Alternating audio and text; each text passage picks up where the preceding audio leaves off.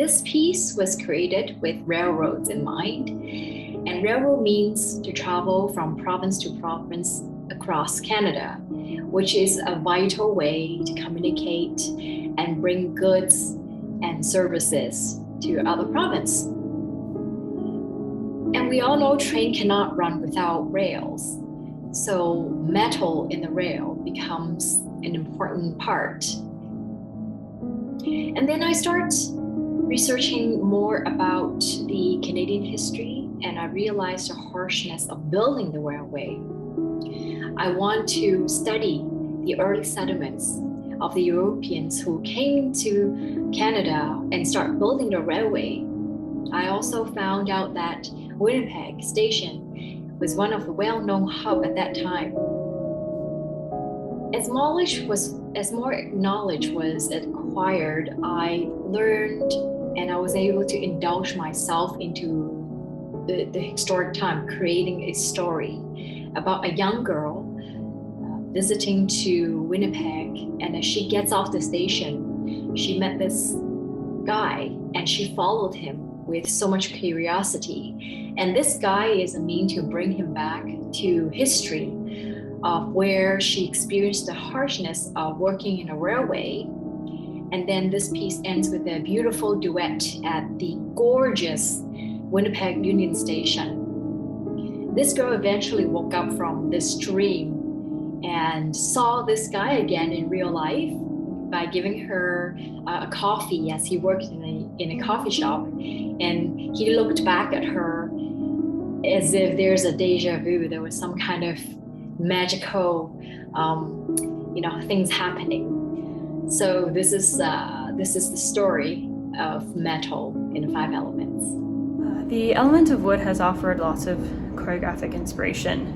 What stood out to me in my research was that it represents the season of spring and the stage of life of early childhood. This gave us opportunity to use themes of growth, starting anew, and curiosity. We also explored what the element of wood means to us in our own life, us meaning myself and the dancer that I'm working with. For us, we saw the element representing all plant matter on our earth. And we were touching back onto memories surrounding nature and how the natural world has shaped our lives. The element I choose is water, which is the most common yet most magical thing on earth. It has different states: solid, liquid, airborne, and at the same time, it nurtures our body and the earth, such as the blood flowing in our body and the ocean on the earth. In my opinion, the biggest charm of water lies in its characteristics.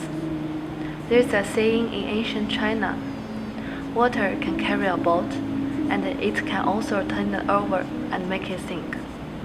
In Tao Jing explained, nothing in the world is softer than water. With time, it can make sharp edges of rock into soft and smooth edges. Water can also penetrate hard rock. My creation questions the use of soft and hard elements of water.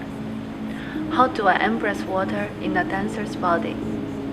How does one feel with virtuous energies when submerged in water versus on land? I will also be using a prop that enhances the feeling of water flowing around us. Yes, fire, right? I represent heat, passion, anger, right, and destruction. So it can be good and bad, and it's very energetic. So it's in line. This theory is in line with the Chinese philosophy of duality, right? And one point to the other, like they're the best representation for this for fire to me is the sun, right? The sun it's essential. The sun is essential to all the living things on Earth, right? Without sun, we won't survive. But it can be very harmful and destructive. So this dual nature of a fire is the perfect example of yin and yang of Chinese philosophy from Taoism, yin and yang. One dark and one bright. I chose two dancers, one male and one female, and so it's the part of the exploration of this duality. So I mentioned earlier, the fire interconnected with two other elements. One is wood, one is the water, right? And then I really start thinking about, Vancouver is a perfect location for this the three elements, right? We have ocean, and we have the mountain and the woods, right? And the sunset, the sun in the background. So these are three elements that I can use this as a perfect location for this piece. While researching the earth element, I came across several characteristics that really spoke to me, and hopefully you will see these as the driving movement and aesthetic behind the piece. Some aspects include the color yellow, ash and soil, the center of the body, the stomach, and the full yin-yang philosophy in its actuality, and the spectrum of emotions between thoughtfulness and reflection to obsession and worry, which are aspects that I really relate to.